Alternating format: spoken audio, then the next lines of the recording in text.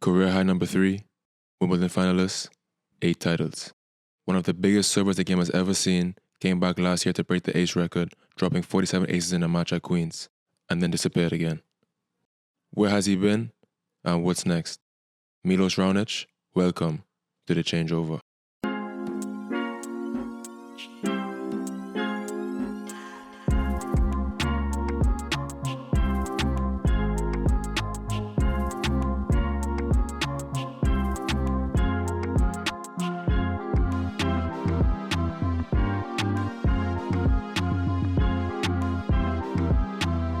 And we are back.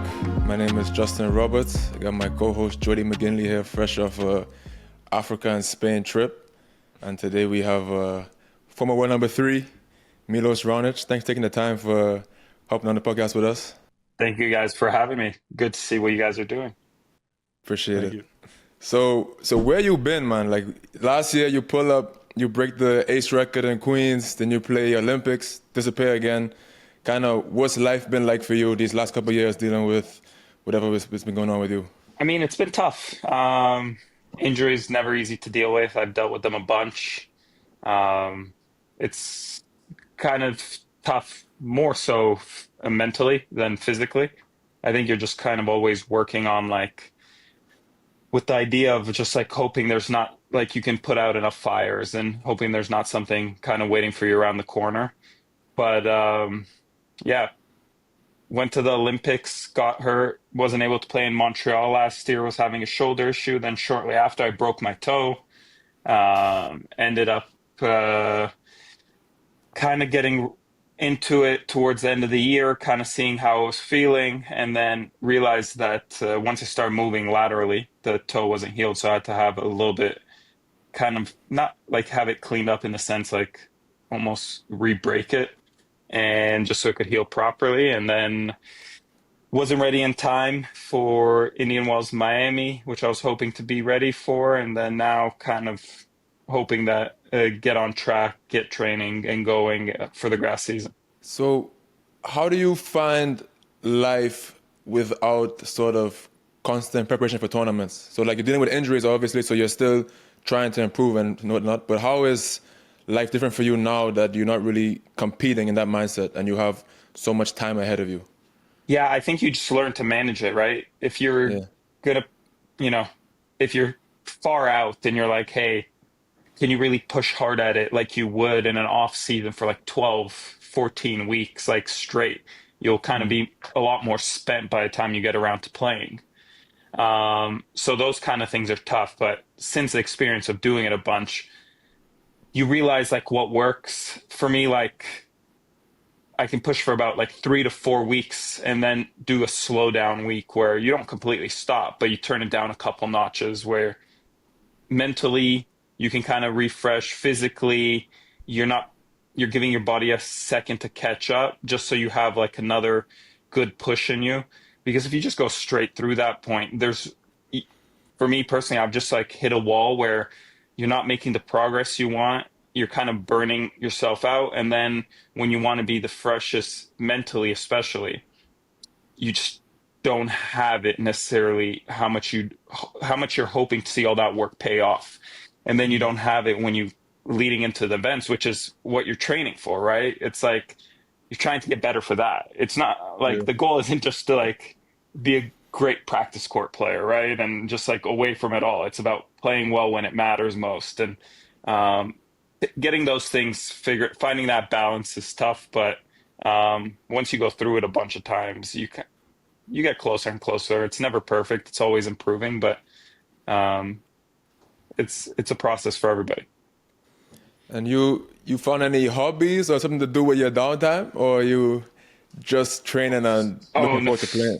Yeah, I've been always lucky that I was never an academy kid, right? So I never grew up in academy. I always kind of did it on my own. Then when I was 16, joined the National Center in Montreal. So all my interests have actually been away from tennis. So having that downtime has been not the worst thing. It's not you get the itch to compete and you want to get back and stuff, but it doesn't kind of weigh on me in the sense psychologically, like, hey, what am I doing with my days? I feel like just time's passing by. One of the things I got into the last couple years was just I enjoy playing golf. Didn't like the sport till about 21, and then out of necessity, 2 years of like, I mean, there was about 14 months I didn't hit a single tennis ball. I was like, I need to find something to be competitive about because that's the part I was struggling with. You're Okay. just like looking to have like a challenge of some kind, and sport is like the most gratifying thing in being an immediate challenge, right? You're going to know pretty quickly like who's better or not. So, and Okay. that's Golf will teach you really quick too. Golf will and I teach don't you have the yeah, so patience for it. quick. exactly. But there's so many, you realize there's so many things like in life that getting that signal of like, are you getting better or not takes so much longer.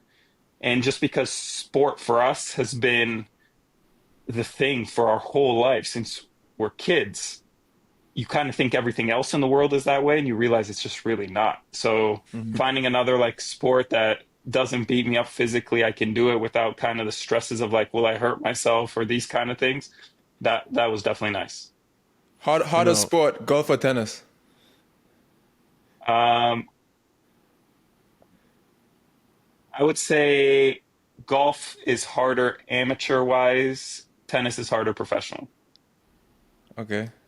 I think it's one time, yeah. during COVID, Justin and I went to play golf with some of the TCU, like the TCU team and the TCU coaches, and it was like two groups of four. So it was like the head coach for TCU, Roditi, and like a couple other people in the group right in front of us, and then we were right in the back. Justin and I lost maybe like 20 balls. Easy. 12 balls in like 6 Like holes or we something. lost the We're 12 like, balls that we bought, and then we stole balls on the course and lost them too. So after 9 holes, I went home. Like fuck this shit. not even 9. We didn't even make it to 9. I realized one thing. Golf balls compared to like tennis balls feels like such a scam, right? Tennis balls, you can go a long ways with like three tennis balls, and what, three tennis balls are not like $10 maybe. Yeah. Golf balls, like you could be out within like three shots. So And quick. you're like a case of those, you're paying like 50, $60. Yeah. So like getting your head around like the cost of golf balls has been tough for me, especially because, going to tournaments and stuff, you get tennis balls just given to you, right? Yeah.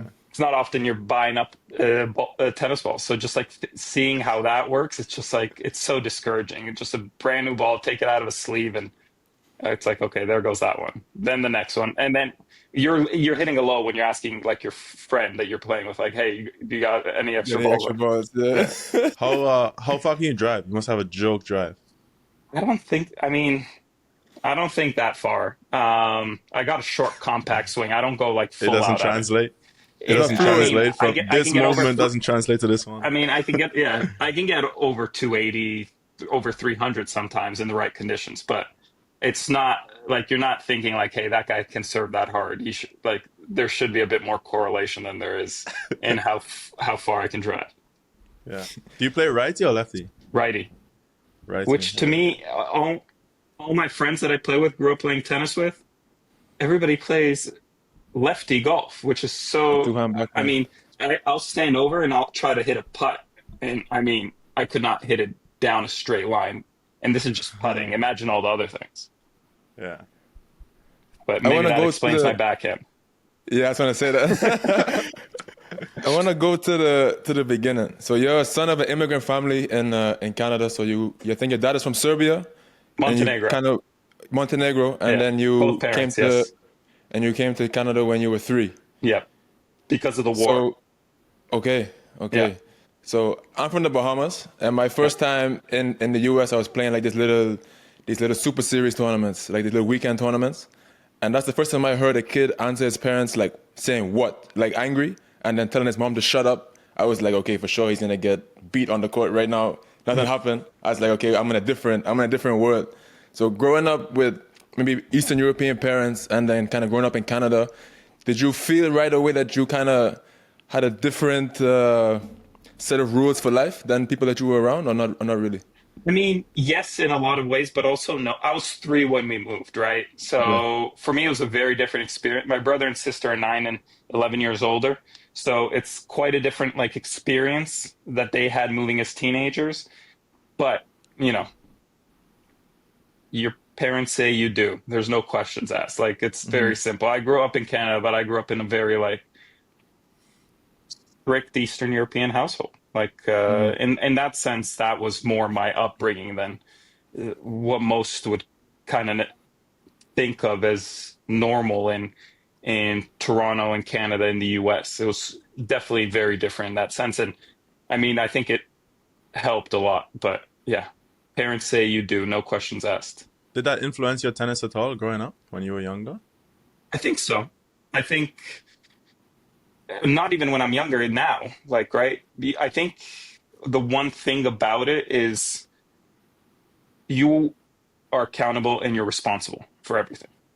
So I think it always just made me kind of realize, like, okay, what is within my control and what can I actually do about it? And because of that, I was always like very good at being able to just like hone in on a few things because I was just like always like, what do I have a say over? What can I actually do now? What can I do tomorrow? What can I do the next day? And I don't get kind of caught up in a lot of the noise that comes with professional sport and all the other things too, right? It could be just different things in family, relationship, like whatever it is, everything's kind of going on around you. I was always pretty good at just pinpointing like, okay, this is what really matters and just focusing on that.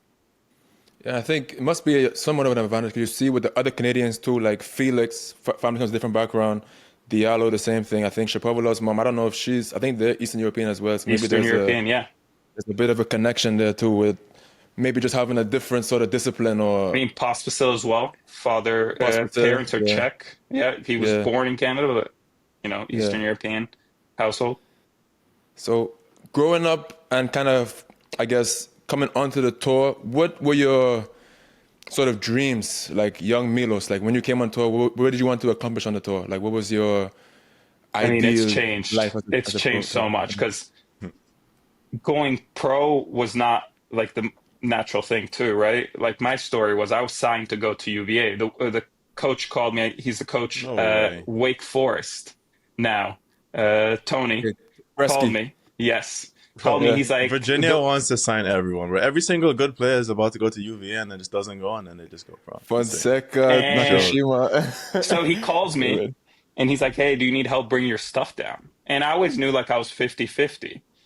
And I'm like, hey, I'll give you a call back. I drove home and just told my parents, hey, I don't think I'm going to go to school. And that was pretty much it for me. Like, that was the moment. I think if you asked me probably at like 17, 18 years old, what was the goal? I think there's probably some articles out there of like me saying like, I want to have like a consistent career in the top 50. Was like, or like consistent at top 50 and maybe break into some number. I don't know if it was like 20. Like that was kind of the goal. But even that felt like a dream for a lot of things. That was kind of back then what I would be like, that was a measure of making it, right? Because everybody in the tennis world knows how few people make it. Everybody outside the tennis world is very unaware of that, right? Our sport looks bigger. And it's unfortunate how few of all the participants in the world, especially the ones that go pro, the sport actually takes care of ultimately. But that's it. And then I think you just get through the hurdles. You get through the steps. Like you make, like I lost like 9 challengers first round, right? I really struggled at challengers. Got wild cards in Canada, the challenger level events, and just out first round. Futures, I was okay. Got through that challenger stage pretty quickly. And then early stages of like ATPs and kind of had a quick breakthrough.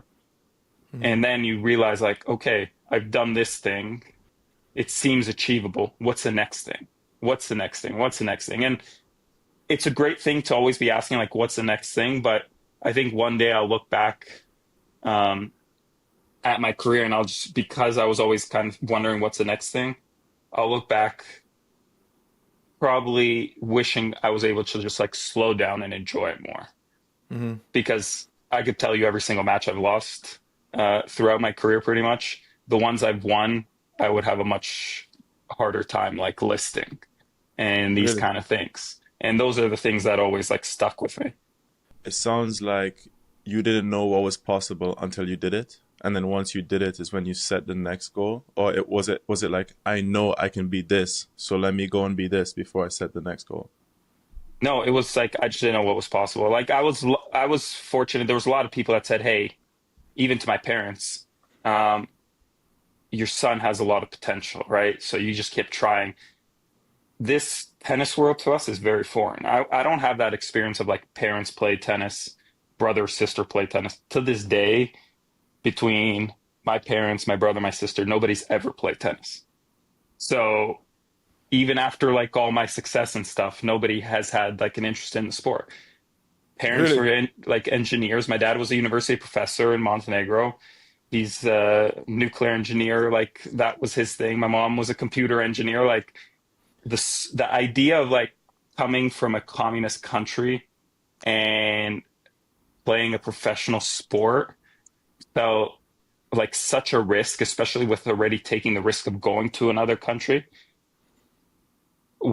We almost needed some convincing from the outside. I think if you ask my parents and they're completely honest, they would have been like, hey, the scholarship thing seems like a great route and he'll go to UVA, get a great education and that kind of thing. But When you said no school, were they pissed or were they like, all right, like it's better work out? Or what was the I vibe you mean, they got never back from they your never parents? showed it to me, but there was a lot of stress, and that for sure Okay. came up a lot of times. Um, the one thing that for me was like a big kind of ease off in the school aspect of it was like I graduated high school like before I turned 15. Like I could always do the schoolwork. We weren't like nervous about that aspect of it. What? Yeah, I did. I finished high school in a year and a half. Like my goal was finish school early so I Uh-huh. could train like a pro for Yeah. 2.5 years. And that way, when I go to college at 18, I can go with the kids my age, right? So I Okay. just kind of like sped through high school and put my head down. There was a summer I had a broken left wrist. So I just like did school through that summer with the idea of like get past this high school thing and focus and see where you can be at 2 years down the road with your tennis. So I don't Mm-hmm. think the school wasn't necessarily an issue. I was always like, I could have always gone back to school in Canada. It just, I would have gone, the goal was try for 2 years, see where you're at. And I broke Mm-hmm. through like at 18 months. But I was getting close. I think I would have extended that timeline. It didn't feel as far away like when I was like 700 and decided to go pro and kind Yeah. of giving up a scholarship and stuff. So I think that was kind of it for me. And there was a lot of stress. It just, you know, having wonderful, supportive parents, they were like, I was oblivious to it. They would have never shown it to me. There was a lot of sleepless Yeah. nights. I think like my parents even told me one time, like, my dad would sign me up for Canadian colleges every single semester. Because if I got hurt, he didn't want me to have to wait like a full year before you can go to college. It's like, oh, Uh-huh. hey, or maybe just discourage and like, hey, I don't want to do this tennis thing. It was just like, okay, like you're signed up, you can go to this school in September, you can go in January. Like you don't have to lose time. Mm-hmm. So there's always been like an idea of like what can you fall back on, and that was always kind of something that, especially to me, I thought I was just doing the tennis thing, and I once I committed to like only doing the tennis thing, I got much better because I think also like putting like jumping in feet first and like into the water, that urgency, knowing that there's a backup, you can't kind of synthesize that urgency or fake it. And but they always thought like, okay, in case it doesn't work out for our son, here's something that he can rely on, and we'll help him do everything he can to make sure he's in the right place. Hey guys, quick break from the episode. The best way to support us is to like the video, subscribe to the channel, ring the notification bell so you don't miss any of the upcoming videos. Thanks for watching and enjoy the rest of the episode. You think being the baby, like you said, you had older siblings, gave them a little bit, they were more lenient with you? Like, you think that if your brothers or sister wanted to do it, they would have let them?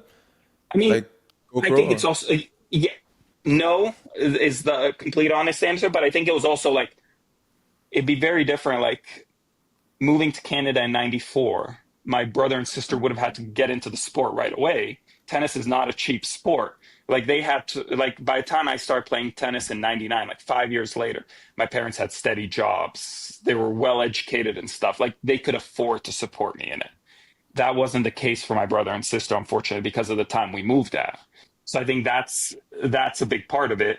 But yeah, I think also psychologically, like once you get through it with two kids and you realize like, okay, I'm not gonna like mess this kid up. I'm sure it takes some stress off, Sure. and also like because of the large age gap, when it came to like helping out with things, my sister and my brother were almost like parents to me, right? They were responsible for me in a lot of ways. My wife jokes like I grew up in a lot of ways like an only child, like spoiled in that sense. But With those poor are all parents. things, yeah. Those are all things that I would not have thought about once until you kind of like get older and you're like, okay, how was your situation like perfect for all these things to fall into place? You said that you struggled early in the challenges. What was the sort of shift that helped you sort of get through that level? Was it mental? Was it something to do with your actual game? Was it the backhand got a little bit more solid, the serve got a bit more consistent? What was it? I think for me, it was like a belief thing at that point, like because I felt like the challengers were going to be like indicative of like the ATP. Like if you can have it there, I just put a lot on myself for challengers because futures, got through. There was a lot you didn't have to like Canada had a lot back then. You could also stay just in the US and play them. The sport gets a lot more concentrated the higher up you go. And in the challengers as well, like I think one of them, like I played in Moncton, I think Nova Scotia or maybe New Brunswick, Canada. Like I played Malise in the first round, right? So you're also seeing some of these top pros that you watch on TV coming down to them, right? So it Yeah. And felt that's like happening it more was and more now too. exactly, especially now with these 2 week events. But I mean, I saw Felix playing a challenger this week. Wawrinka's in a challenger this week. So I Madness. felt like a lot, it was going to indicate a lot. So I think I put a lot on myself for it. And also because every single time I got into a challenger, I always need a wild card for it, right? So it just, there was some kind of buildup for me in it. Um, but I kind of had that one moment where I think the first time I won matches in one was like I made a final in Granby, right? And it kind of like took off for me pretty quickly through there. But definitely there was some kind of a mental block. So from the challenges, you say you broke through pretty quickly on the ATP, and you become as high as three in the world. What does it take, sort of mentally and physically, to do that? Especially at that time. I mean, you had Roger, Rafa, Djokovic, Murray, and I think obviously you were probably best suited to the hard and the grass. So Yeah. maybe there were certain parts of the season that were more important for you than others. What does it sort of take to have that consistent level of production in terms of results throughout the course of a year, and then doing that for a few years to be in that sort of top 10, top five Yeah, range? I think it's about just putting in the work day in and day out. Like it's never a guarantee of like when it all shows up and there's everybody on tour does it, right? And I think that's why you see everybody knows nowadays how they need to train. It's pretty democratized in that sense. Like everybody on tour now warms up properly. Everybody does a proper like recovery. I remember like when I got on tour, like it was you'd see quite a wide variety outside of ATP events of what everybody did, right? Or players would go out and stuff like that's kind of got washed out. Like everybody realizes like what needs to be done. For me, I was like lucky to have a weapon. Like a lot of part of like for me competing wise um depends on me, right? I think also mentality wise, I grew up with that, right? And well aware of like it doesn't matter how much my backhand improves in these kind of things. If I don't serve well, like I got much bigger problems, right? So for me, that made a big difference. I just always worked hard, put my head down. Um, I was always paranoid, like, did I do enough? And just kind of like, if I did something, I always felt like, could I do more? Could I do more? Could I do more? And to be honest with you, it's my greatest kind of probably attribute in terms of like my career. But at this point, like I wish also I could have chilled out because it's probably burnt me out mentally and physically in a lot of senses, where these injuries have become an issue, right? Once you get older, you got to start slowing down. But then it's like, I made it because I did all the work, right? So do you want to abandon that part, like where doctors, everybody's around telling you like, hey, you don't have to do as much. You don't have to do as much. But then it's like, but that's also then you're abandoning what one of your key like characteristics is, or even how you, not only, it doesn't matter how other people see it, but how you value yourself. And it's like, I know what got me here, but then try to forget it a little bit to kind of stay here has been definitely a big mental kind of battle for me. It's interesting to me. So like we're kids, we have these dreams like, yo, I want to win a slam, I want to be top 5 in the world. And then you get there and you tell me that there's a paranoia to it to sort of keep this level, to stay here. Is there such thing, or at least for you, as living the dream? Like, were you there and like, oh, this life is unreal? Or is it constant like stress and like a protective sort of vibe for you where you feel like I have to sort of protect this thing that I've built? I don't know if it was necessarily protective. I just always felt like if I didn't do everything, I wouldn't get where I wanted to. So I wasn't like, hey, I got to protect being top 10. I got to protect like these things.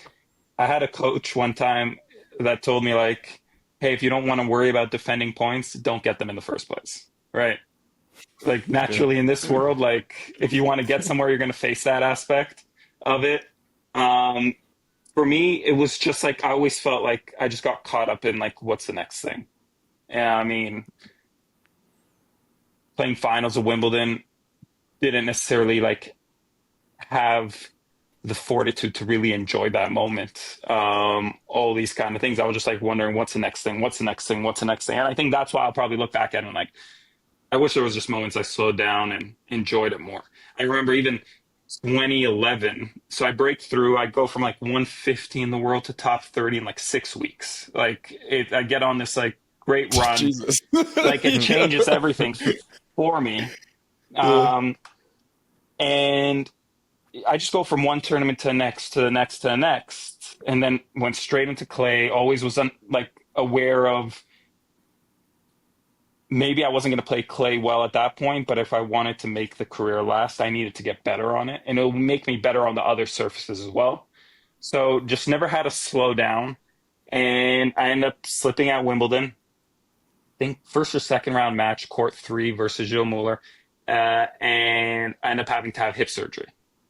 And everybody's like, hey, that's about 4 to 6 weeks to like come back from. I was back in like 6.5 weeks.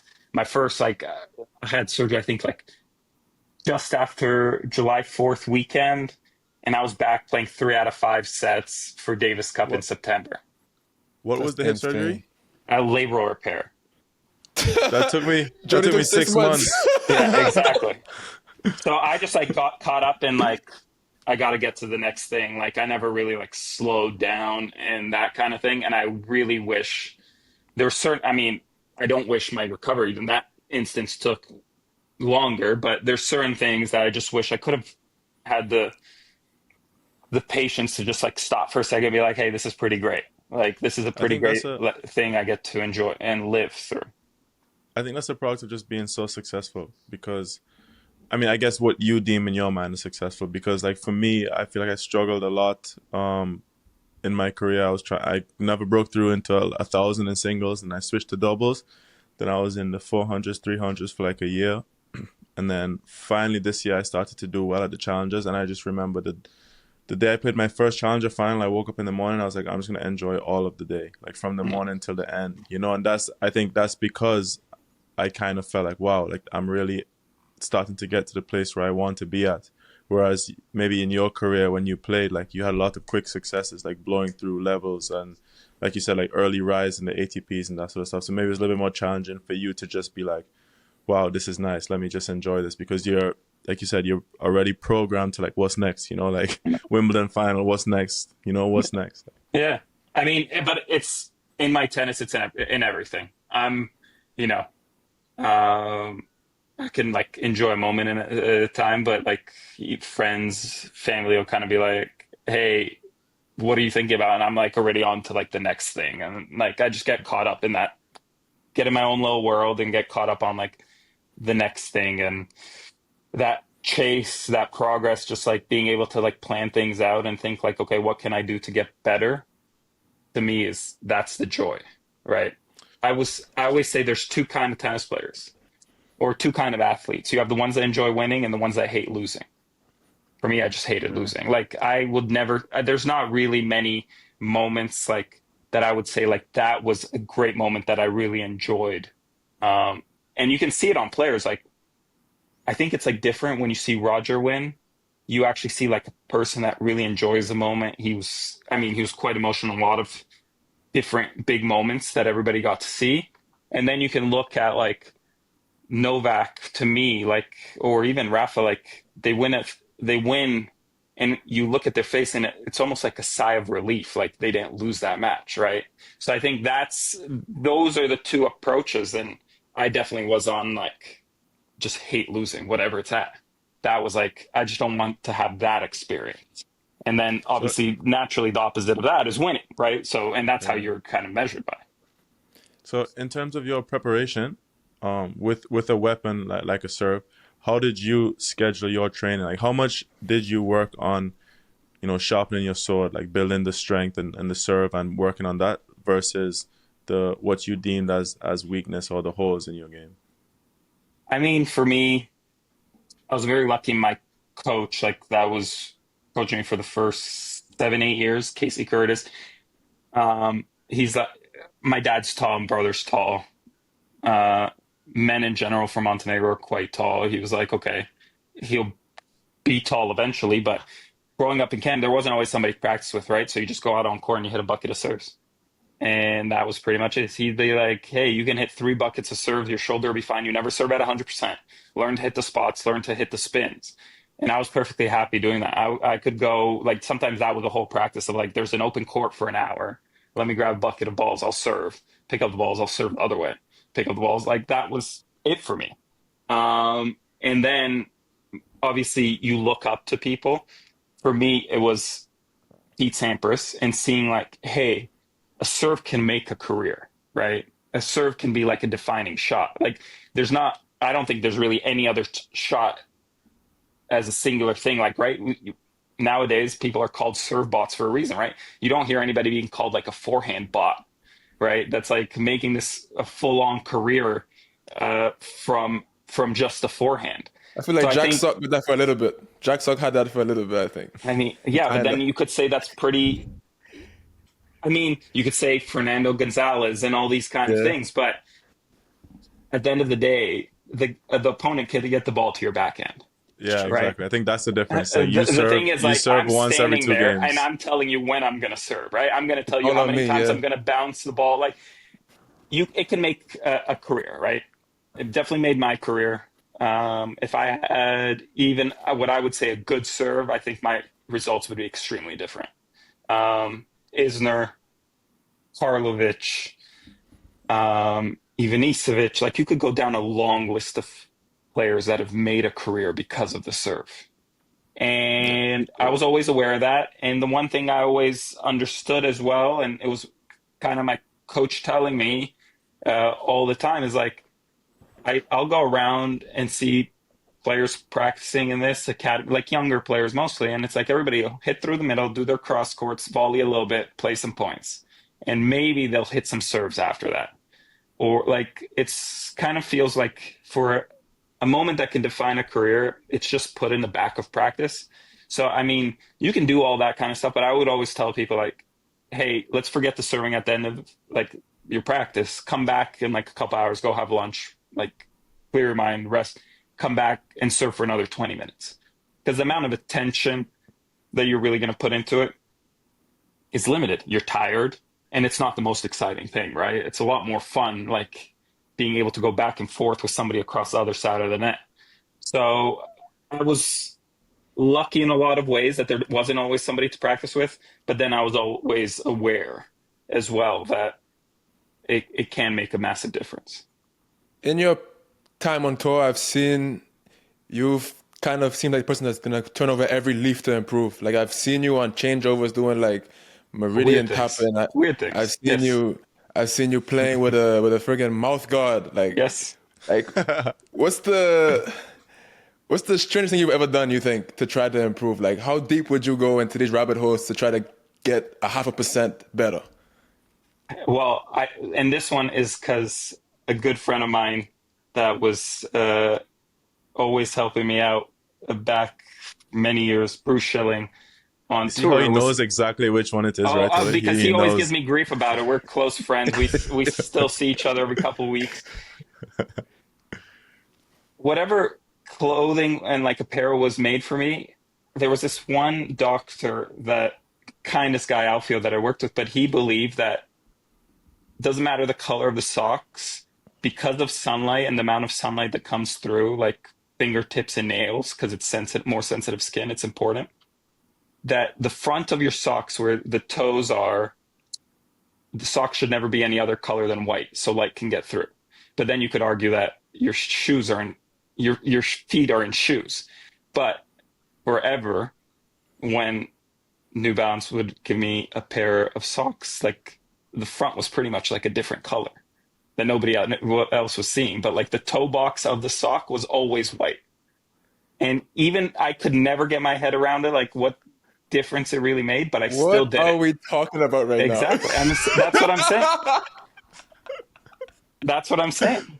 That's where it goes. Like, you got to do everything. I mean, Are you superstitious? not superstitious, but like I said, I'm always paranoid that I don't do everything. Okay. So it's So not that like you don't think have that's to. like that wasn't superstition. That was just It wasn't soothing in that way, but it's like, hey, if I trust this person for all these other things they're helping me with, and they're going to tell me that, like, there's a reason why I trust this person, right? If I trust a coach, if I trust a physio, whoever's around me, it's because I think those people can help me be better, and those people can help me get closer to my goals. And that was one of the things. And I said, okay, let's put them in touch. Let's get these socks made. And that was it. Like, And the that's purpose the of that weirdest is one. what exactly? What's the purpose? Like for the sock, for the toe More box? light is supposed to be able to get to like your toe. Okay. Like, And light is energy or like power? a lot of the thing. I mean, I could probably butcher this whole thing right now, but I was Please just do. like, okay, white. The toe box of the socks has to be white, and I was like, hey, let's do it. Okay. I mean, yeah, that's like one I'm nobody trying would to- ever see. Yeah. You do ever. anything weird like that, Justin? I don't think I have any of those. No, think I have nothing any. to that. To that Does that mean I extent. don't? Does that mean I don't want it bad enough? Like I've explored like meditation and visualization and these things, but I've never gone so far as to the equipment in that sense. But that's interesting. And I'll also like, consider it. I mean, I was always like, it, I would try anything, right? You gotta try. Like, at the end of the day, like, it doesn't help in any single moment. Like I always said, like 1% here, 1% there won't like make a difference tomorrow. You have to stack them, But it's yeah. like just the way it compounds. Like, I always So jokingly say this is like, if you do 1% more of something um, every day, people think like that you'll be like 365% better at the end of it's the bad year, but math. it's not that. It's like, I think the math is like 3,700 and like 80 something percent like of it compounding. So I always just like would do that one little thing I could do every time. Like I remember I always felt like when my trainer would be like, hey, do this amount of like reps, and he'd be sitting there and I'd be like, let's just do one more. Like just that one at the end of practice. Like if the set said do 8, I would do 9. You do And that. I mean, yeah, that was my thing. Like and I mean, when I was 5 years with Dalibor, it was always just like, if he's not telling me to slow down, I'm not pushing hard enough, right? And that was always the battle. Was like my guys would always have to tell me like, hey, you're on the right track, like you're doing enough in that kind of thing. And because the first few times that happened, I was like, okay, you know what? That's my validation. Then I almost felt like the next time I had to always get to that point to make sure that I was putting it all into it, right? Like that somebody was telling me, okay, like do less. Like that was kind of that's why I also like when I would be hurt and I'd come back, I'd always find my game pretty quickly because my confidence came from doing that. It wasn't from playing matches, right? I I could think it, that meant a lot more to me, like just settling my mind. And like when you get to the tight moments of matches, like I did everything I could to be here, and then you kind of just like, let's figure it out. Let's see what I have. I think I had a similar influence from my dad, but it was, you sound like you do it for you. Like they tell you to do 8, you do 9, but you do it for yourself. My dad was always, because everyone else is doing 8, you have to do 9. Yeah. It's like, how are you going to get better than someone if you're doing the same or less than them? You have to do more than them. And I don't know if that's, like, you have to figure out your balance for yourself, not compared to the other people. Yeah. And I mean, my big thing was when I was growing up, my parents just said like, hey, if you want to, like all these things you tell us that you want to like achieve, you can't compare yourself to the kids around you, because if you just do the math on it, like the kids that come from like small groups and stuff, those aren't the ones that everybody's going to make, right? You have to think like, what is somebody else doing somewhere in the other side of the world, right? How much are they training? How much are they pushing?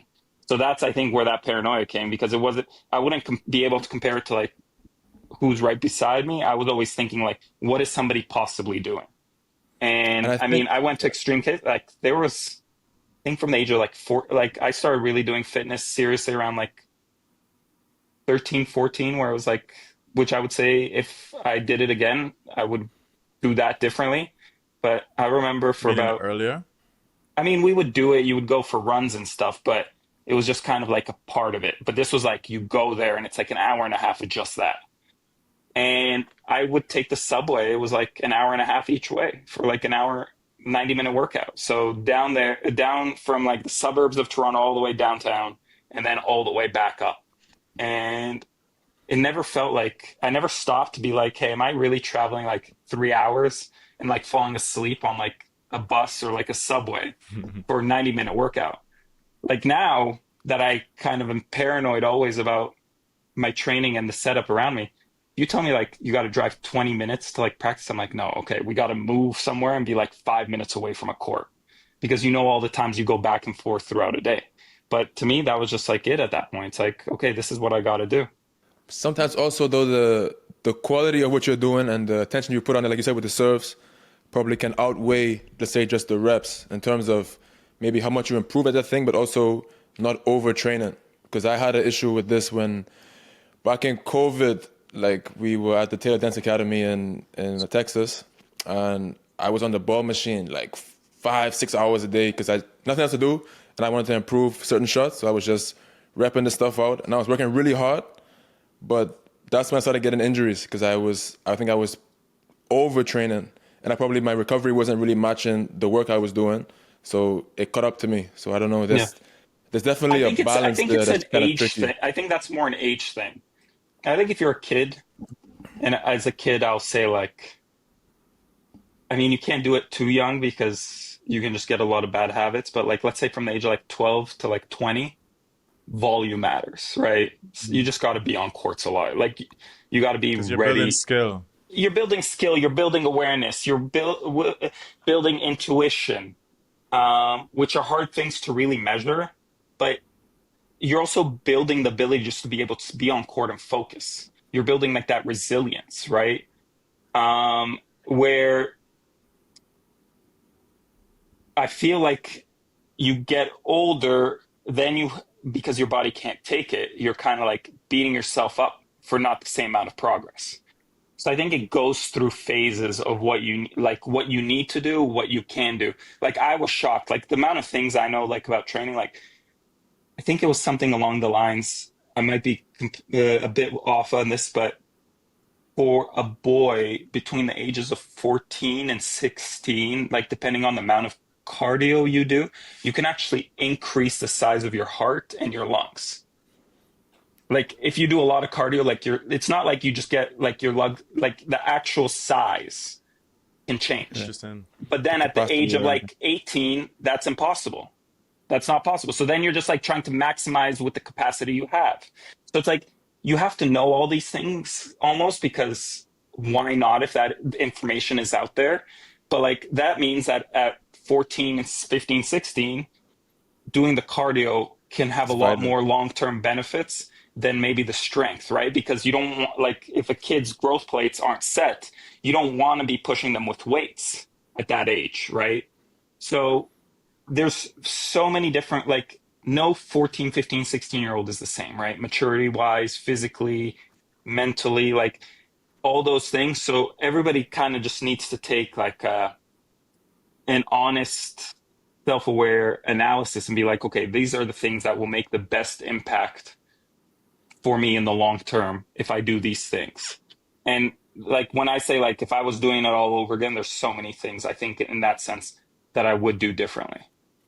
That's what I was going to ask you about when you said you were doing fitness 13, 14, 15, those ages. Initially, I was thinking to myself, like, how much does that actually matter? Like, in the sense of the results at 13, 14, 15 probably don't matter, but it's building a foundation, like learning the correct techniques for movement, building a foundation in your basic strength. Then that's all I was thinking about. But then you said about, like, for example, what's the point if someone 13, 14 can good cardio? They're kids, they usually have good cardio anyway. But if it's like you said, increasing the size of their heart so they, blood can pump faster, more oxygen, whatever, like greater capacity to perform. Yeah, exactly. And then like you can actually make physiological time. changes that somebody can measure, which is pretty nuts to me, right? That's it's crazy. Like, I didn't know that. Everything is like, okay, what's the genetics and what's everybody's natural build? But there's certain points like that I would have no awareness of this if I didn't have like great people around me that were kind of like explaining all these things all the time. Because my whole thing always, when I was doing something, it's like, why is this going to make me better? Right? I always wanted to be aware of that. Like, because then if you're like, hey, that's a clear goal, that's kind of the North Star, like, this is why we're doing this, I'll go 110% at it because I can kind of like put it all together. This is going to get me closer to my goal. If somebody was to be like, hey, I want you to go run a marathon, that'll make you a better tennis player, let's do it. Hey, I want you to go run a marathon because I ran a marathon. I don't know if it'll apply to your tennis. I'll be like, yeah, I'll see you later. Like running a marathon is like far down on my list of the things I would least want to do. 100%. So I always asked a lot of questions like, why are we doing this? And like, I was very lucky, like Dalibor, when I was with him, he was just like, this is what works for me. So every single thing we did was like very clearly explained. It's like, hey, that's kind of how you get them on board. Yeah. And I find also as I get older, if something doesn't make complete sense to me, it's hard to be motivated to do it. Like it might be like a 2% difference, the amount of effort. Like, but I say like, if you put that conviction in a little bit more every single day, it pays off over a long period of time. Another thing I always talk about is like that moment when I told that coach I'm not going to college, something did change, right? Because there was no plan B. There was no doubt. Am I 50-50 about going to school or going pro? And the amount, like probably the day after, it wasn't really recognizable, but like for me to have that urgency and that intensity, it just kind of built up day in, day out, week after week, it changed. And it just like a year out from that, I was completely different, I'm sure, from the outside looking in than I was before I kind of had the courage to make that decision. What, like off season, let's say lead up to Australia. Yeah. What was kind of how do you guys break up, let's say with the fitness, with the tennis, and kind of what were the hardest days for you in terms of training and those lead ups? Yeah. So I think, let's say it's a 6-week block. I think first you're starting, I think it just kind of works like as a scale in a sense, like first you're starting 90% fitness, 10% tennis. And then 90% like fitness. I mean, I would sometimes come and not hit for the first 10 days, right? Wow. When I would come, like it was all about like getting your body ready. I was always also very lucky in the sense of like, I didn't need to play much to kind of just like get to like my baseline level. And then everything else was kind of a plus. But then you would get to probably by the end of that 6-week training block, it would be 75% tennis, 25% fitness. Okay. So that was like the scale. And for me, always the toughest was like week 3, week 4, because it's not like you do that exact, like, let's say the first week you're doing about like 4 hours total, like volume of like training. it's not like when you get to like week 3, week 4, where it might be 50-50 that you're doing 2 hours of tennis, 2 hours fitness. No, you're doing like 3 hours on court, 3 to 4 hours in the gym. So A day. yeah, it's long Really? days. Like I remember there was a long period of time, like we would start in the gym. It was like 8:30, meeting on the track in Monaco. We weren't done or stopping till 1, everything we did. Like Oh, you just go straight through that whole period of time. It's not all full intensity. It's impossible to go like 100%, but you're doing the little things that make a difference. You're doing all your mobility work. You're doing like the warm up properly. You're getting through it. But it was like, I knew that for those 5 hours or whatever it is, 4.5 hours, I could focus and do all the things right. And I mean, then when you say like, "Hey, can you focus and play a 4 hour match?" I mean, and this is all without adrenaline. This is when you're tired. This is when you could probably think of 1,000 other things you'd rather be doing. But it makes the other things a lot easier. But yeah, week 3, week 4, like I didn't snap many rackets in my career, but I would say broke a lot more rackets. It was always during practice because you're just a little bit tired. You're Yeah. spent. You're not making the progress. You're like, I'm doing all this. How am I missing these shots? And you just, out of pure fatigue, you just like end up going in the corner and something breaks. And it's kind of that moment like that it's just like a little trigger like, hey, that's normal. Like, hey, you've been like redlining it for a couple of weeks. It's normal to get to this point. What's the toughest cardio? Because I seen you do some of the versa climber. Are you ever on the Yeah. track? Like, what's the toughest workout you ever done? Um, I think for me, it was probably 400s, like Hate them. 400. Yeah. Oh my god. That like I could just think of a lot of other things that I'd rather do. Yeah. Um, Brutal. yeah, 400s would be it.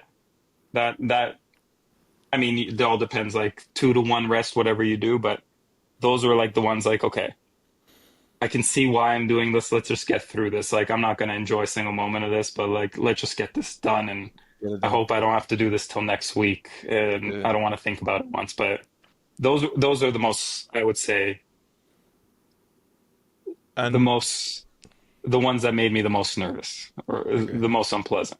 Yeah. and reflecting on the preseasons, like what you just described in terms of the training block. Obviously, everyone's different, but do you believe that that's roughly the way it's supposed to be done? Like the amount of hours that's needed to be spent on court for a preseason in a pro's career? Like how many weeks No, would you recommend and how many hours? Like what adjustments would you make? Like if you could redo it again?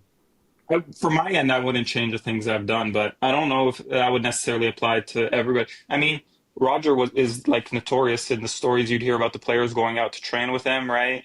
Where he'd start with one player, do like an hour and a half session or an hour with them or both of them together. One player would stay on, he would play with them, then the other player would come back because they would be getting tired, and he'd go like through like different forms of like hiring these guys out while he was building his capacity. So I think everybody's different in that sense. But for me, all those times I was tired and I would just be like, okay, I'm doing this. Like kind of just like getting through this. Like got to put my head down. Like this will pay off. This will pay off. It all just like fifth set Australia. I was like, hey, I did all the work. Like I don't know if the person on the other side did. I know I did. And that would just ease me, right? I'd just be a little bit more calm in those moments. Like I wouldn't have the stress of like, okay, is this going to catch up to me? Am I ready for this moment? And just that was like the thing that just gave me that assurance and that confidence in those critical moments in matches. And mind you, like very early on in my career, like I cut it down to like 16 tournaments. I never even played the full 18. I always knew that those practice weeks meant a lot to me. I think till about maybe 24 years old, I would play 3 weeks in a row. But then after 24, I was like, forget it. 2 weeks is my limit because I wasn't never having the results I wanted. I was never good at like going to tournaments, even though like you'd have those like days off in between, like shutting it down and like being able to actually recover on those days. Like when I was in a tournament, I was just like in it the whole time. So I would just be more mentally spent by that third week. So I was like, So okay, if three the doesn't two work week for you. events must be so challenging for you then. I mean, yeah, but they are, and I'm sure it would add up like if I was doing them full time now, like in that sense, but I haven't just been on tour to do them. But hopefully but that, like, I always had trouble with the perfect example was that I always had trouble with the Miami part of the Indian Wells Miami swing.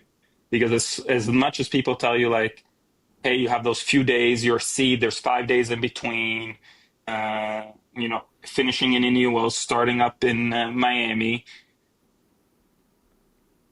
The day you showed up to the site in Miami, you felt like you were part of that tournament, right? The tournament doesn't start the day you play your first match. So that, to me, I was never that great at just like coasting through those moments. And that's why I always had to kind of eke closer to like a pretty light schedule to get the best out of myself. And then when you said that, the amount of hours you spent doing fitness and training in preseason, that you had those flashbacks in the best of fives, like fifth set Australia, whatever. So if slams, or if all of the tournaments you played were best of three and not best of five, do you think you would have spent more time like building skill and working on the tennis aspect of your game, or you think it would be similar in terms of your fitness? I think I would have probably kept it the same. One thing I've learned is, like, compared to like team sports, tennis, and I think I've had this discussion with a previous trainer, tennis and combat sports are the only sports where you really train significantly harder than you play. Because you never, like in combat sports, it could be, you have to be almost fully ready because it could be one moment that ends it all. In tennis, you have to be ready because you just don't know how long you're going to play. And then it's not about just that one match, right? It's not, everybody can handle the 5 sets in one match. Like when we would like look at a player that we would think like, okay, this guy's just not fit, they'd go and win that 5-setter, right? But it would be like, what kind of a player do you come back as in 2 days, right? And that's where you realize like those are the guys that are really fit. Because it's not one day that exposes you. It's like that, like back to back to back, right? So you need to be ready if you play 3 hours in the second round, 3 hours in the third. Because like always, draws open up, opportunities come open. If you always, it doesn't matter how bad you play and these kind of things, you just have to be alive in the next round. And the unique thing about tennis for me has always been like, a tournament starts, right? Let's say it's a 64 draw. You don't have to be the best player out of 64. You just have to be the second least worst and hope you're playing the worst player. Right? And then in the next round, when it's 32, you got to be the 31st best player, hoping you're playing number 32. Yeah. And that's it. You just have to be better than one person, right? So it's not always the best person that wins. It's the one that was like a Grand Slam can be the one that was the best in that of the 2 players for 7 times.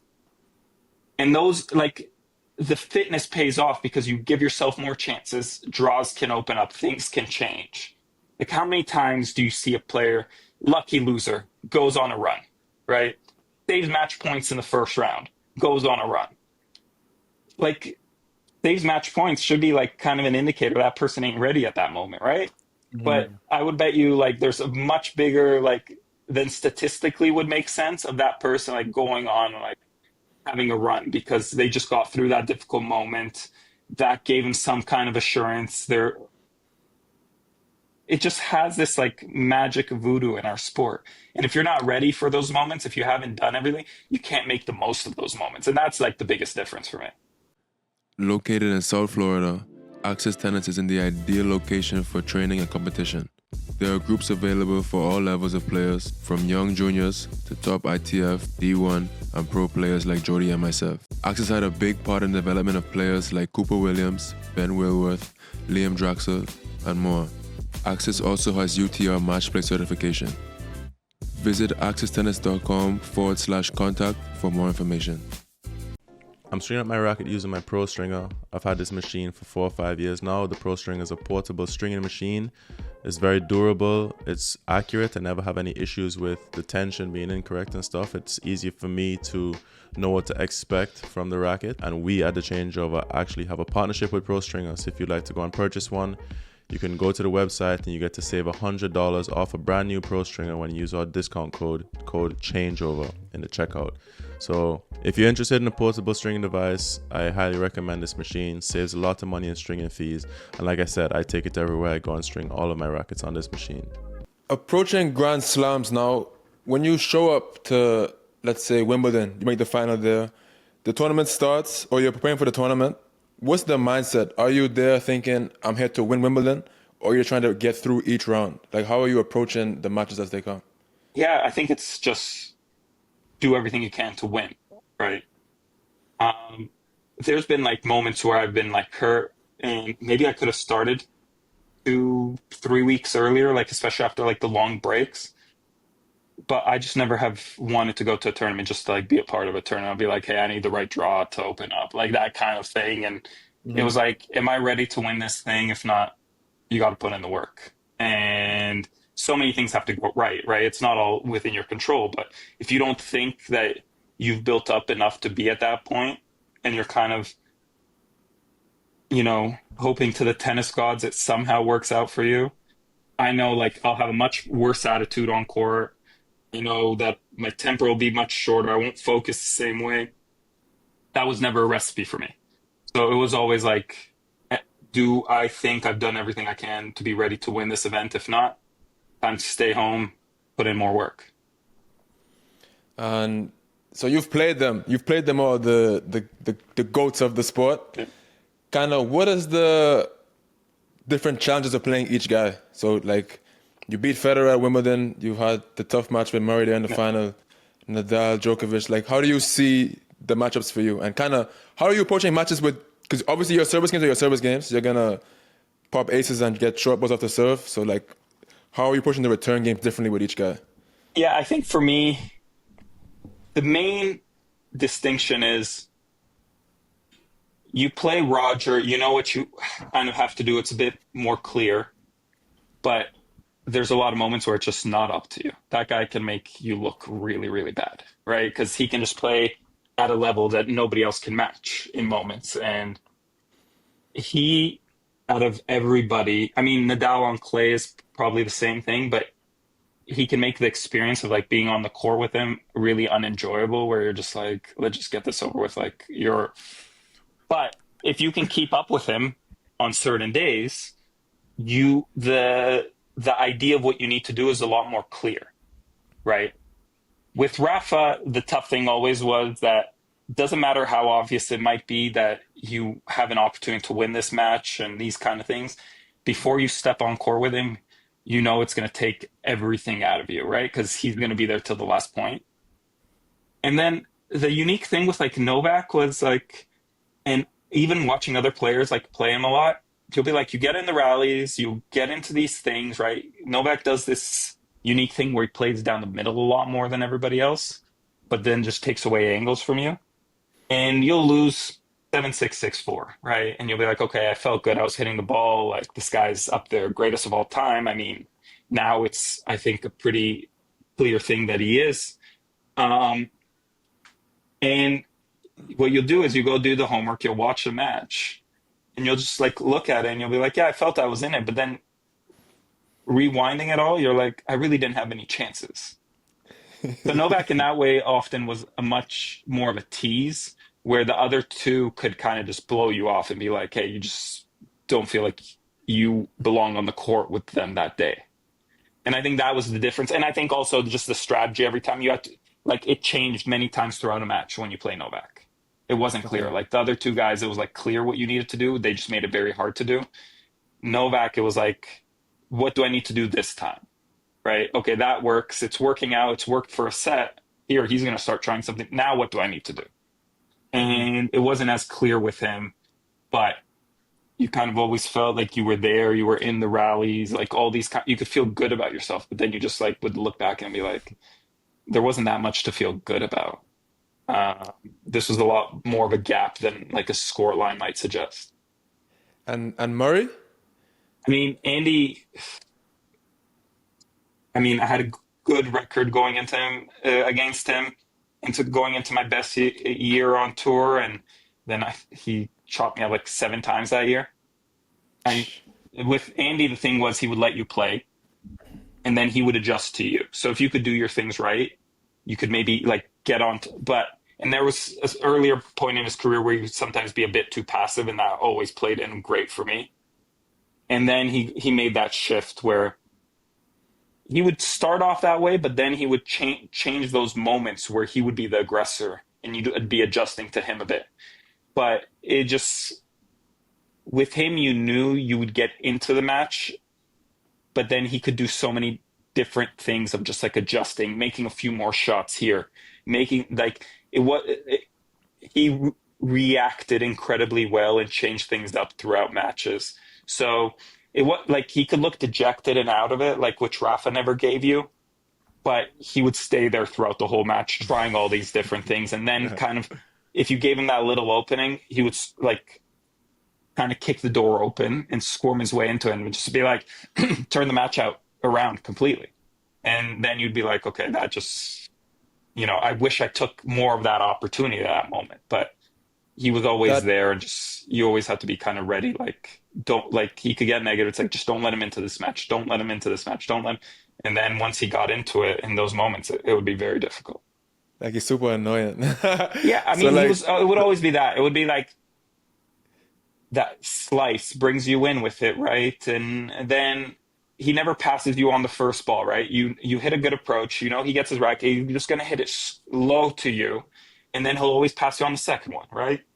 So it's like, okay, I have another shot at this. I don't have to worry about like covering the line too much. You knew what he was kind of going to do, but then he was requiring you to hit like the perfect first volley because he knows where he needs to be on the second one to beat you with it.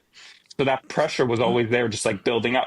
It's not that different from Novak, but it was just that with Andy, he did it more with variety. Novak did it by like just keeping that pressure on you the whole time by just standing close and just like one shot doesn't take you off the court, but like every shot you're like half a step behind, and then it just kind of like that pressure builds up. But it wasn't, ultimately the two aren't that different, but they both just got there a little bit in a different way. Who returns serve better? Novak. Why? Why would you say that? Or like in what way? So Andy, because he did that whole, he would do those two big steps coming into it. He would use your pace a lot. And I mean, we're not talking about big margins. We're not talking like the best returner of all time and a guy like that's like in the lower percentile in the top 100. We're talking about like the best returner of all time and another top 3 return. But Andy, you could get a few, let's say, more free ones or where he just like chips it back. Novak, the thing that always made him, like I would watch so many matches and it would be like, okay, it's not like a return where he hits a return winner. But you'll just like look back and you look at like the heat map of where all the returns land. And it's like 2 meters from the baseline every time with Novak, right? And right down the middle. No return, like take it up the line or anything, just right down the middle. So even if you pull him wide and you go the other way, to get like that free point with a serve +1, you feel like you need to play within like 1.5 feet of the sideline. And players can play 1.5 feet within the sideline, but it's very different when it's 4-all, 30-all, you're serving and you need to hit it within 1.5 feet of the sideline, right? That all of a sudden feels like it's 6 inches. And that was like, and you're thinking about it. You're thinking about it like before you even serve. Now you're trying to hit a better serve than you did before. But it's never like a clear thing. You just know what's going to happen, right? Yeah. So it's never like, oh, now I have to hit a smaller target. Like you never have that like come to the front of your consciousness. But it just like the feeling builds your over awareness, the like the pressure's building up. He's going to make this return. Like you're going to have to do this. If you can execute it, great. But then you get through 4-all, 30-all. You get through 5-all, 30-all. Let's do it again. You can get through. You win that set. Let's do it on the other set, right? He gives himself enough of those like looks where he's like, is this player going to crack? If that player keeps it together, you have that chance, right? But that's a different thing of doing it in 2 sets than doing it in 3 sets, right? Because there's going to be a lot more of those chances, that kind of thing. It's like, will this person show up? Because everybody can play great tennis all the way through every tennis professional. It's just like, how often does that great level come out? And that's kind of the indicator, right? I was having a conversation with somebody like, the little things make such a big difference. There was, I think, 3 or 4 matches being a break in the deciding set against Novak. 2 matches, I believe, having match points, right? In those instances, you could say like, hey, these guys, it's close, right? It's such a small margin. And then you take like his 20-year career and the guy's playing for 25 slams. and my best result has been a final, right? Those things, like with everything, like I say, like those things just add up over and over and over and over again. Like that's what makes a difference. And then it plays into it as well, the physical aspect. Because if you don't take those risks, the points are going to be long. So you're going to weigh on the legs and the lungs. And then mentally, can you keep showing up that way for the whole 5 hours? I think it's just a Yeah, for me, what I was task. never nervous about, like could you do it that way? For me, it was just like the more balls my opponent hits, the more into a rhythm they're going to get, the more we're playing their way. The shorter points for me wasn't like physical advantage, right? The shorter points was Okay. like, let's not let them get rhythm, right? We're playing this on my, like, if there's a lot of serve plus 1 points, like I also don't feel great about my tennis, right? I'm not into rhythm either, but Yeah. I operate better in that situation. I'm more comfortable doing that than the next person. I'm not comfortable, but it's just like that works better for me. And that was always the idea, right? Even if you make some bad mistakes at times, you just know that that plays into your advantage across like an entire match, right? I can miss a lot of returns, right? But 30 all, you know that the points have been short. There's been no rhythm on my service games. 30 all, hit a dink return into the middle of the court. That's still Not another easy. level of pressure. Like, hey, I have to make this because if I kind of get behind here, they can serve out this set, right? And I just kind of won't have a chance at it.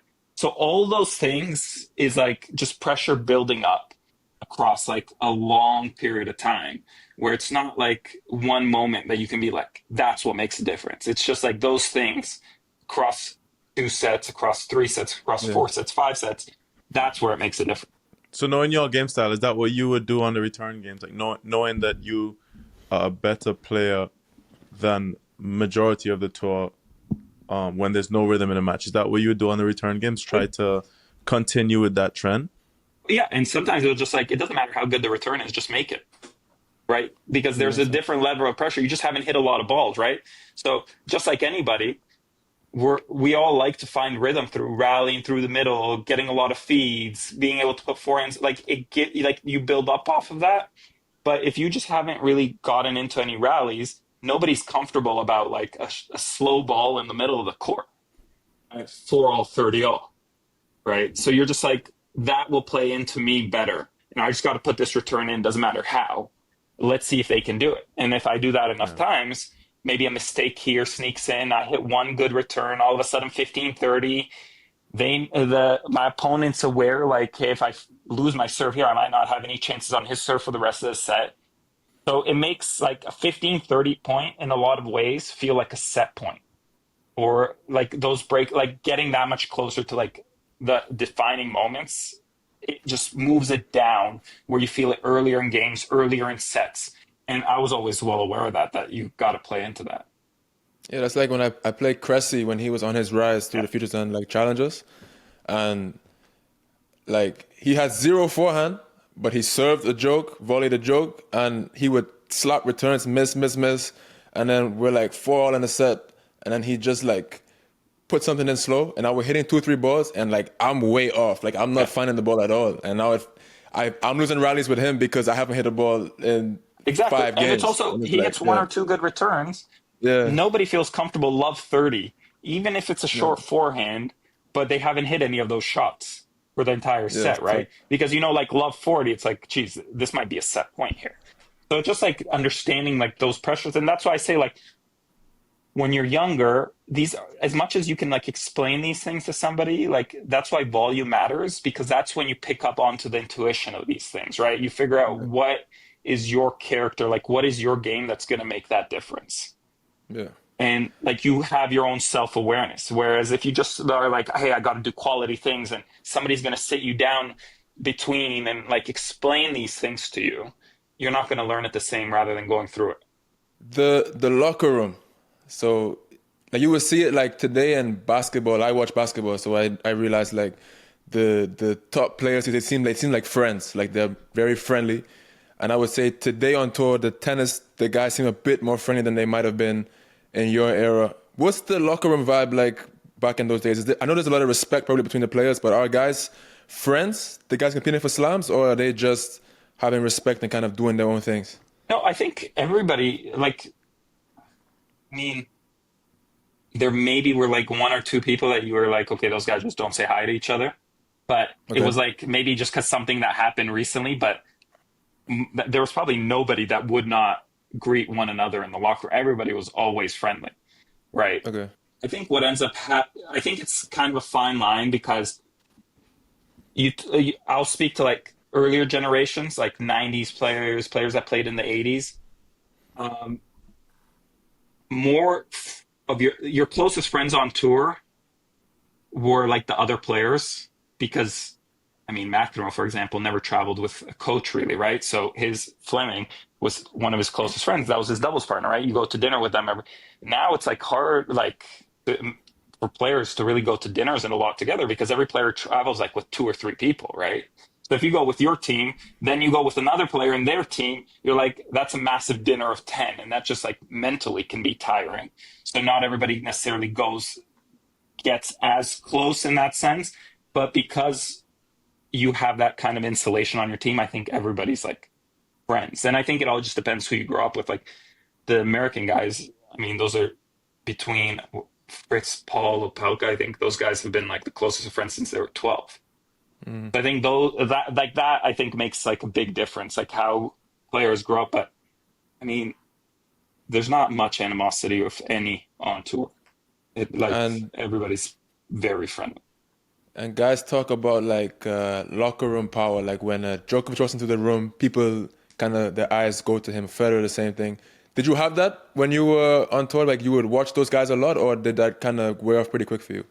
No, you would definitely do it. Um, for me, it was almost like homework. It's like, what are the best guys doing?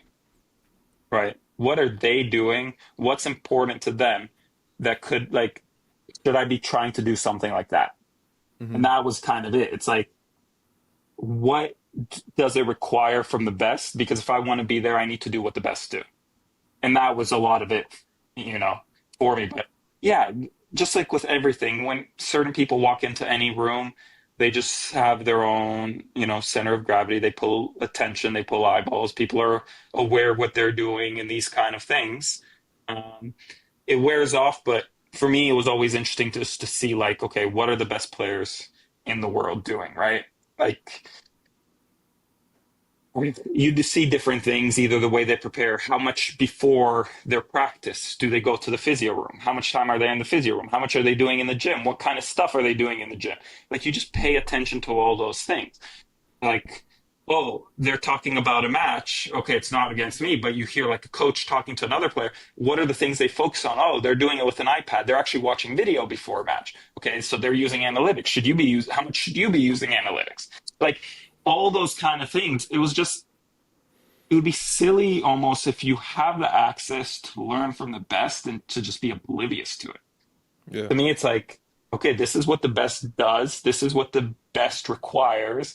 This is the standard of being the best. How can I put that into my routine? How can I put that into my game? How can I sit down with my team and be like, hey, we need to add this? Who's the best person for this? Like all those kind of things are learning points and points of like what can really make an impact on your career. And I watched this little thing you did the other day on Tennis Channel where you were talking about kind of your excitement to play these new guys. So it's kind of homework for you to watch them play. So I kind of wonder how you view Sinner and Alcaraz as like compared to their peers, and how that compares to like how Federer, Nadal, Djokovic, Murray were to their peers. Do you think that they are as far apart as those guys were, or you think that they might still have some work to do to kind of create that dominance?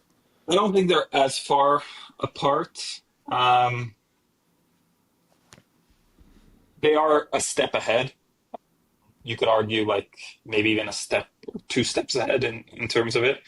The reason it's not so much like what they're doing in one moment that you can't say that they're that far apart. It's just when you realize how far apart somebody is, it's because they've done it for a long period of time, right? Okay. Because you'll go through the moments of playing well, not playing your best, but you're still winning tournaments, right?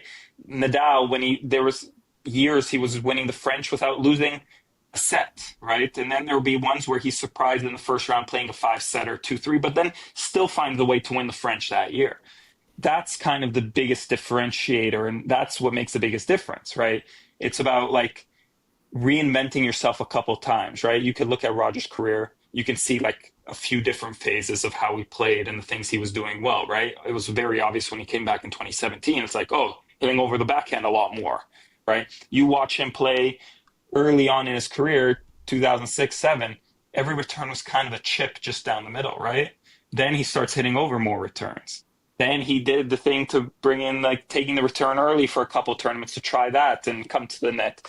Then you see Nadal, who was at the beginning of his career kind of just like moonballing the backhand down the line and saying like, okay, off your backhand, you're mostly going to have to go cross. I'll win it like as soon as I can get. Then now you see like the way he finished his career was hitting over that backhand cross court hard quite a bit. Still wouldn't necessarily always take it up the line as much, but he was willing to rip that one cross. That's the thing that I think is the biggest change. Novak Djokovic starts hitting second serves big sometimes, right? And this is kind of crazy. What was that like? I can't remember the year. I think it was when he was working with Todd Martin, but there was like a moment where he's like 16 double faults into a match, like these kind of things, like really struggling with it for like, what is that, 2009, 10, like in that moment before he broke through like a second time in 11. So all these guys have had to go through a lot of reinventions of their game to stay on top of it. And I think that's why I would say the gap is bigger because Alcaraz is kind of going through this moment where people are questioning him a little bit, like at this moment, which I think is the dumbest thing. It's just he's going to go through that phase where the first time he came around, everything was like an upside, right? Everything was a surprise. He beats this person. There was not that pressure of like, you can't lose to this person. Then you kind of ride that wave because those things don't end in a moment, right? You get on a good run, that momentum lasts. But then you kind of hit a wall and you have to see like, okay, what's the next thing? And Yannick obviously had that last year. I think he'll still be kind of riding into that, even though he had this 3-month stop, which when you stop for a while, it's actually like, look what Roger did stopping 6 months for his game after never stopping, right? I think Yannick, because of this, will almost be mind you getting rid of that mental pressure. He'll have like something extra for a bit. Now, how long will that last is a question, but there are moments like where the differentiator is the length of work rather than like one snapshot. Because there's a lot of players that can be the best player in the world for a week, a month, but to get your ranking up to number 1 in the world, that's like, we look at it as like 52 weeks of points, but like you never get there on just like turning it on like week 1, right? It's that build up for all those weeks, those years before it that makes those 52 weeks possible. And like those waves, that's an interesting thing. And I think that's the biggest differentiator why those guys, I would say, were a gap ahead of everybody else more. Do you think it's a matter of being able to win points with low risk? So like, I feel like Federer played very crafty and like very flashy, but also I think with his serve, he could win a lot of points without risk, like high percentage, he could hit spots. Rafa, obviously, with the forehand and with the serve as well, finding the forehand on the first ball, he could win a lot of points just with pressure with the forehand. Djokovic, like you said, can like sort of guide you to where you have to start making bad choices. Murray, the same. Do you think that, because when I watched Alcaraz play, I think it looks like he plays unbelievable, but I guess the serve isn't as good as like a Federer was, but it looks like he wins a lot of points that are like, wow. Whereas I feel like those guys had like ways to win points that were just kind of like automatic and like very repeatable in a way that doesn't look like that risky for them. And I feel like Sinner has more of that than Alcaraz, where like Sinner's rally ball is just a joke on both sides and he moves are unreal and he's serving really well right now. So I feel like when I watch him play, it looks like, even though it's crazy high speed, it looks risk-free to me, the way he kind of plays, sort of. Do you think that that's kind of what it is? I think that's like another version of pretty much saying like having a baseline in your game, because if you play like 70 matches a year, the amount of matches you're going to like say, hey, I felt great about my tennis, I was doing all the things, you're lucky if it's twice in a year, right? So most of the time, you're going to the point of like managing. And those things that you say that gave those players the margin, that was their way of getting through those matches, especially in the beginning of tournaments when you don't have a rhythm into matches, of these are the things they can do, knowing that without their best tennis, they can win. And that's what it's all about. And that was like the met Pete once specifically before I won my first ATP in San Jose. And the one piece of advice that probably stuck to me more than any other from player, also because he was my idol, was the best players in the world know how to win when they're not playing their best. And that is kind of the biggest difference maker, right?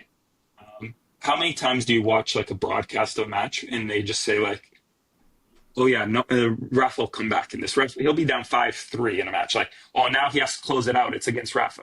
But then you see like them, like it'll be a guy 50 in the world playing somebody like 12 in the world. You're saying, okay, not much of a gap. And even just the commentators won't put it that way. Like, oh, okay, let's pack it up. Let's get out of here. This match is over. So that like body of work, like that, even if it sticks in like the commentator's head, it sticks into your opponent's head. Like all those things make such a big difference. And you can just see it in these small like glimpses that it's so obvious to everybody. Novak, how many times do you watch him like 2-0 down? It's like, okay, most people would be like, it's done. But the whole narrative, even just watching like, oh, it's not over yet. That's the most famous. Oh, it's not over yet. It's not over yet. That like is such a common thing that these guys do because they can just go back to this and say, I'm going to make sure you beat me. I'm not going to give you this. He's built such good credit. And that's such a respect to him. And I'm sure if you watch Novak's matches now, and I haven't been watching, but if you listen, who did he play? Arnaldi? Was it Arnaldi this week in Madrid? Madrid. I bet you if you listen to commentators, nobody's saying like, oh, now he has to close this out. It's against Novak, right? It's like one of those reputation things, those intimidation things, takes so long to build up, but you can lose it so quickly. And that's why I think like also like coming on tour in like 2011 when Novak had that crazy run and Novak, Roger, Rafa, Andy, they were also like taking all the Master Series seriously, and every week was a series, like full on week, right? It wasn't just like honing in on the Grand Slams at that point. Like we would go around the locker room, you'd be like, okay, Andy was probably the other guy that's in the semis. During the hard courts, during the clay, at the beginning it was a lot of Federer. But you're like, okay, quarters is a good week, right? Because that's about where the draw ends, right? Because these guys are there every semifinal, right? So, like... in the quarters, you feel like you won the tournament. But that mentality has changed so much. And that's why I think, like, younger players broke through earlier, because you had 3 and a 4th guy, depending on surface and conditions, but they were sucking all the air out of the room. And the players knew that before they got to tournaments, right? So if you know that and it's in the back of your mind, you're just gonna. It makes such a massive difference. So this intimidation stuff, like we spoke to Fernley, Jake Fernley, sorry. He played Novak, and he said Novak made him wait at the center court of Wimbledon for quite a while. Like he came late, and then you just feel the aura behind you that this guy's here with his whole entourage, and it feels like a big moment. And then you see the Netflix documentary, you see Rafa jumping up and down and like kind of creating this vibe of the match is going to be a rough situation for you to deal with. Did you have anything that you did to sort of kind of create a little pressure on the other side before you step on the court, or did you just kind of just let the racket do the talking? I mean, I think the common thing is like nobody's rushing out of the locker. You get your match called, and like you'll see some players more than others like are just starting to like put their stuff together, right? Really? It's like, okay, that player can get. I mean, there was other players where you'd be like, they get their match called, like the player's still on like the massage table, and that kind of thing. Like, so at the end of the day, the top players, when the world revolves around you, that when that tournament is kind of based on you, when your poster is like the only one that's like in the city everywhere you go, and it's like this person's playing, you kind of have more pull. You do little things that like, okay, now you have the clock, like when you get on court and how quickly you have to be up for the coin toss and stuff, but you would make somebody wait. You would kind of play it to your terms, like, hey, like, I'll be ready when I'm ready. They're trying to take it away, but players still push those limits, right? I mean, you had the generation before, like, before there was Hawkeye, the way top players used to do it is like, you get a call that okay, maybe the ball was out. But if you intimidate that umpire a little bit and you stand there, you stare at him, you say, what is this? Maybe at 4-all and there's a close call, 30-all again, that same scenario, that call gets overturned to your favor, right? Like those pressure things, like few players have that gravitas that they can put that on and try to like sway things. And it's all within their right to do it, and they should do it. You'd be a fool not to. But that's kind of the thing. It's like little things. And every generation, it's had to be kind of different. I don't think there was anything I ever kind of did like consciously. I would just go at my own pace. It's like, okay. And it's also like, I got to get ready at this time. I just kind of like focused on myself. And I don't think players are thinking like, hey, oh, I saw them leave like the locker room to go wait by where the matches are called. I'll wait 5 extra minutes. Like, no, I'm just going to do it at my pace.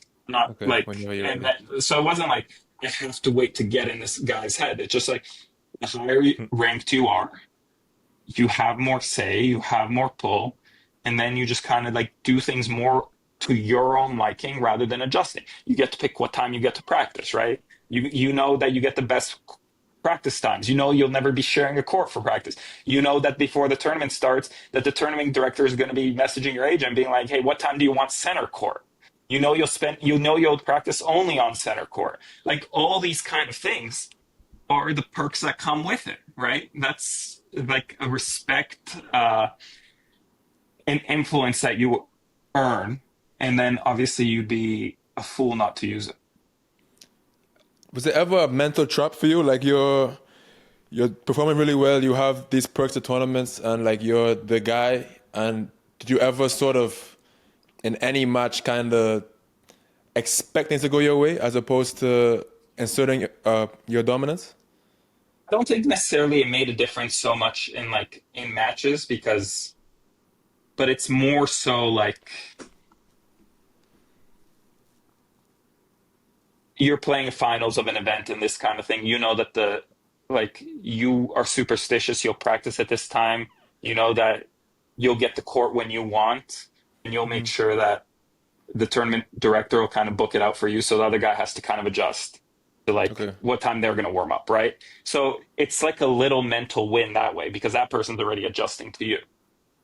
Okay. So there's like certain things where it like playing the game all the time. But it's not a game, right? It's just like I'm going to do what I need to do and make sure I have my situation as best suited to me. And if it happens to fuck you up, then great. Yeah, now you go deal with your stuff. Like you go do your own thing. Yeah. Right? Yeah. That's like the reality of it. Like you have it. There's various ways. Like, I mean, players will be aware, like the amount of times like in Grand Slams or like big events that players be like, hey, I want to play, or like on play core events, like, hey, I'd rather play me, like you play a top guy and you know, like, hey, it's 100% going to be a night match because that top guy is going to request to play you at night because your serve doesn't bounce as high, the court's going to be slower. And the amount of times you end up playing like a top guy at a night match, and then you'll know like other times they'll want to play earlier because they want that to be the advantage for themselves against somebody else. Like it just works that way, right? You do those things to make the situation as best suited to you as possible, and then let everybody else kind of figure their own. So much more we could ask you, but we always end this podcast with a little tennis and other things trivia. Okay. So it's going to be you versus Jody. Okay. First to 3 correct answers. Call this the Quizlet section. I'm going to read the question out. Whenever you think you know the answer, you shout the answer out. Okay. But you only can answer one time at a time. So once you answer and you're wrong, he can rebut. If you guys are both wrong, you can both answer one more time.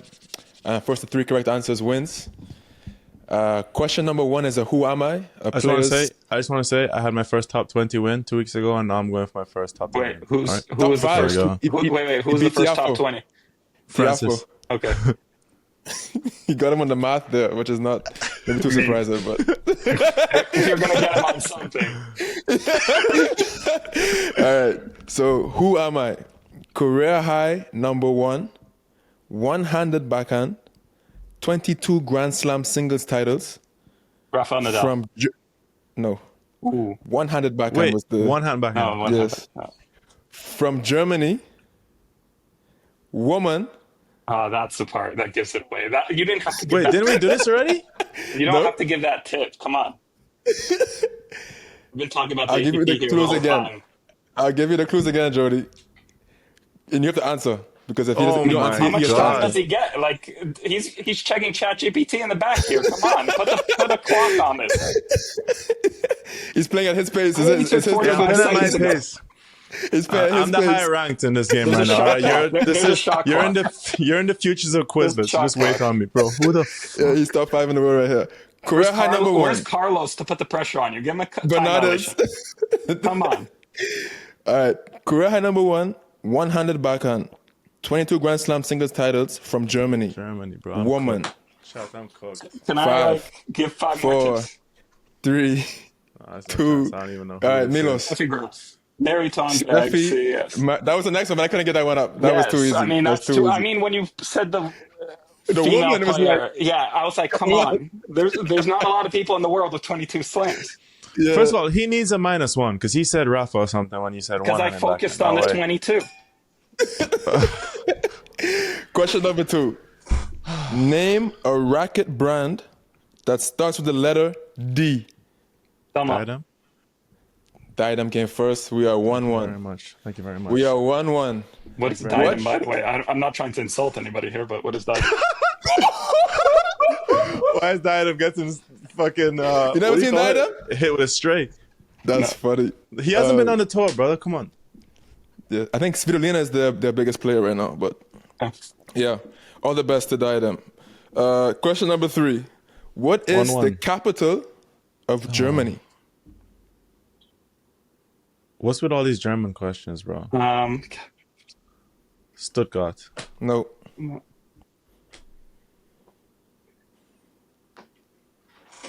Munich. Nope. Frankfurt. Nope. Fuck. Not Hamburg. No. We move on. It's Berlin. Really? Wow, that's low level from us. You know that? It's all good. That's low level. My idea was like it was East and West Germany. I didn't think it would be there where there was a wall going through. Yeah. We don't have to beat everyone. We just need to be the second. Exactly. Just better than each other. Better than each other. Yeah. Second worst. Okay. 1-1 still.